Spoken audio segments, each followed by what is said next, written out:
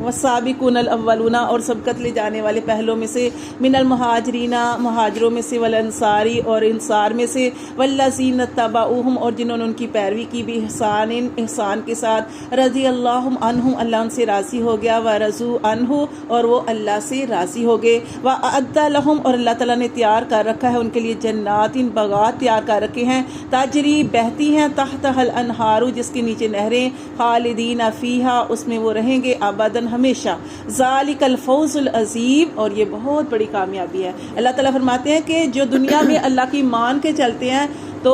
اللہ تبارک و تعالیٰ نے ان کے لیے بہت بڑا انعام تیار کر رکھا ہے، وہ جنت کی صورت میں، اور اللہ تعالیٰ فرماتے ہیں کہ وہ جنت میں ہمیشہ ہمیشہ رہیں گے، اور اللہ فرماتے ہیں جس کو یہ مل گیا اس کو بہت بڑی کامیابی حاصل ہو گئی۔ یہ نہیں ہے کہ مال و دولت ہے تو یہ ہاں اللہ تعالیٰ دونوں جہان میں دے، دنیا میں بھی دے اور آخرت میں بھی، لیکن اللہ تعالیٰ فرماتے ہیں کہ جس کو اللہ کی رضا مل گئی یہ بہت بڑی کامیابی ہے۔ وَمِمَّنْ حَوْلَكُمْ اور ان میں سے جو تمہارے ارد گرد ہیں، من العرابی دیہاتیوں میں سے، منافقون وہ منافق ہیں، ومن اہل المدینہ اور مدینہ والوں میں سے بھی منافق ہے۔ جیسے ہم نے پیچھے بھی پڑھا نا کہ کچھ جو دیہات میں رہتے ہیں دور دراز وہ بھی منافق ہیں، اور کچھ شہر کے اندر مدینہ میں رہتے ہیں وہ بھی منافق ہیں۔ مردو وہ اڑے ہوئے ہیں علی النفاق نفاق پر، وہ اڑے ہوئے ہیں نفاق پر۔ لا تعلموہم اللہ تعالیٰ فرماتے ہیں کہ اے نبی صلی اللہ علیہ وسلم تو ان کو نہیں جانتا، نحنو ہم، نعلموہم ہم ان کو جانتے ہیں، سنعذبوہم جلد ہی ہم ان کو عذاب دیں گے، مرتین دو مرتبہ۔ دو مرتبہ کیسے؟ اور وہ دو مرتبہ ملے گا ان کو دنیا میں، ایک دفعہ دنیا میں اور ایک دفعہ عالم برزخ میں، قبر۔ اللہ فرماتے ہیں کہ دو دفعہ ان کو عذاب دیں گے، ثم یردون پھر وہ لٹائے جائیں گے، الی عذاب عظیم بڑے عذاب کی طرف، بڑا عذاب تو وہ بعد میں ہمیشگی والا۔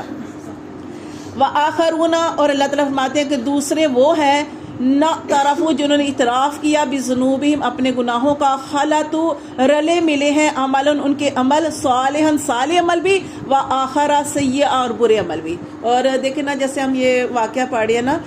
تو اس کے دوران کیا ہوا تھا کہ جب آپ صلی اللہ علیہ وسلم اس غزوے میں نکلے تھے تو ایک تو منافق پیچھے رہ گئے تھے، ٹھیک ہے منافق، اور دوسرے کون سے رہ گئے تھے؟ جو پکے سچے ایمان والے تھے۔ ہاں نہیں چلو وہ بھی رہ گئے تھے نا، ایک ایسے لوگ رہ گئے تھے کہ جن کے پاس مال و دولت تھا، ان کے پاس مال و دولت تھا، سواریاں بھی تھی، وہ پیچھے رہ گئے تھے سستی کی وجہ سے رہ گئے یہ لوگ پیچھے۔ ہم پہنچ جائیں گے، نبی صلی اللہ علیہ وسلم نے نکلنے کا جب جو تھا سب کو حکم دیا، انہوں نے کہا ہم بھی نکل جائیں گے، ہمارے پاس تو سواریاں ہیں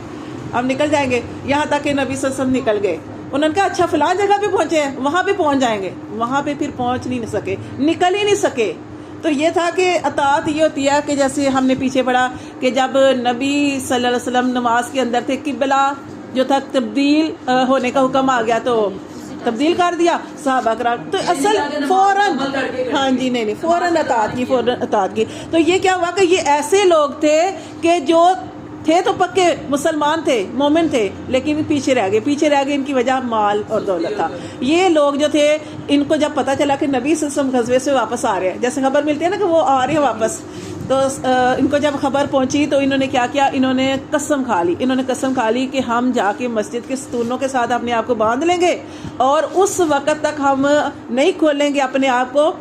جب تک کہ نبی صلی اللہ علیہ وسلم ہم سے راضی نہ ہوں اور خود اپنے ہاتھوں سے نہ کھولیں۔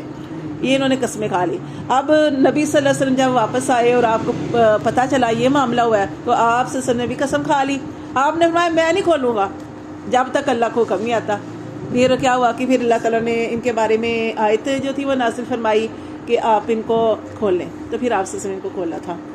تو یہ ان لوگوں کا واقعہ بیان ہو رہا ہے کہ جنہوں نے اعتراف کیا، وآخرون اعترفوا اور جنہوں نے اعتراف کیا بذنوبہم اپنے گناہوں کا، یعنی انہوں نے بڑی، یعنی آپ صلی اللہ علیہ وسلم واپس آئے